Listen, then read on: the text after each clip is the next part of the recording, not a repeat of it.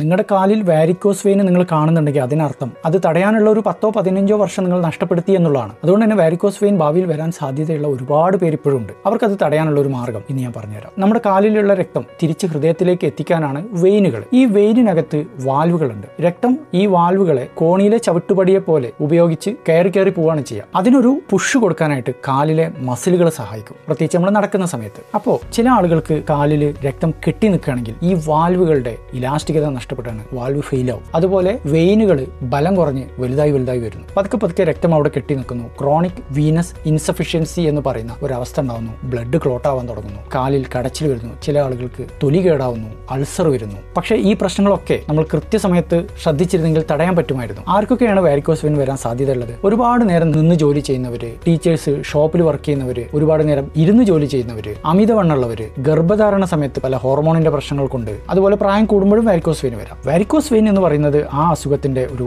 Last stage ആണ്. ഇതിന്റെ തുടക്കം എന്ന് പറയുന്നത് സ്പൈഡർ വെയിൻസ് ആണ്. ഞാൻ മുമ്പേ പറഞ്ഞ വാരിക്കോസ് വെയിൻസ് വരാൻ സാധ്യതയുള്ള വ്യക്തികൾ എന്താ ചെയ്യേണ്ടതെന്ന് വെച്ചാൽ കംപ്രഷൻ സ്റ്റോക്കിങ്സ് ഉപയോഗിക്കുക. കംപ്രഷൻ സ്റ്റോക്കിങ്സ് പലതരത്തിലുണ്ട്. ചെറിയ പ്രഷർ ഉള്ളത്, മീഡിയം പ്രഷർ ഉള്ളത്, ഹൈ പ്രഷർ ഉള്ളത്. അപ്പോൾ ഏകദേശം ഒരു 15 മുതൽ 20 മില്ലിമീറ്റർ മെർക്കുറി പ്രഷറുള്ള കംപ്രഷൻ സ്റ്റോക്കിങ്സ് വാങ്ങി ഉപയോഗിക്കുക. ഒരു പ്രിവെൻഷൻ എന്നുള്ള രീതിയിൽ, ചികിത്സക്കല്ല. ഈ കംപ്രഷൻ സ്റ്റോക്കിങ് കാലിന്റെ മസിൽ പമ്പ് പോലെ വെയിനിലെ രക്തത്തെ പിഴിഞ്ഞിട്ട് മുകളിലേക്ക് എത്തിക്കാൻ സഹായിക്കും. ഒരുപാട് നേരം നിൽക്കുന്നവര്, ഇരിക്കുന്നവര്, പാരമ്പര്യമായിട്ട് വാരിക്കോസ് വെയിൻ ഉള്ളവര്, അമിതവണ്ണമുള്ളവര്, ഗർഭം ധരിച്ചവര്, ഇവർക്കൊക്കെ വളരെ നല്ലൊരു ഓപ്ഷനാണ്. ഇതിനു പുറമെ എക്സർസൈസ് പതിവാക്കുക, കാഫ് പമ്പുകൾ, കാഫ് റേസുകൾ ഒക്കെ ചെയ്യുക.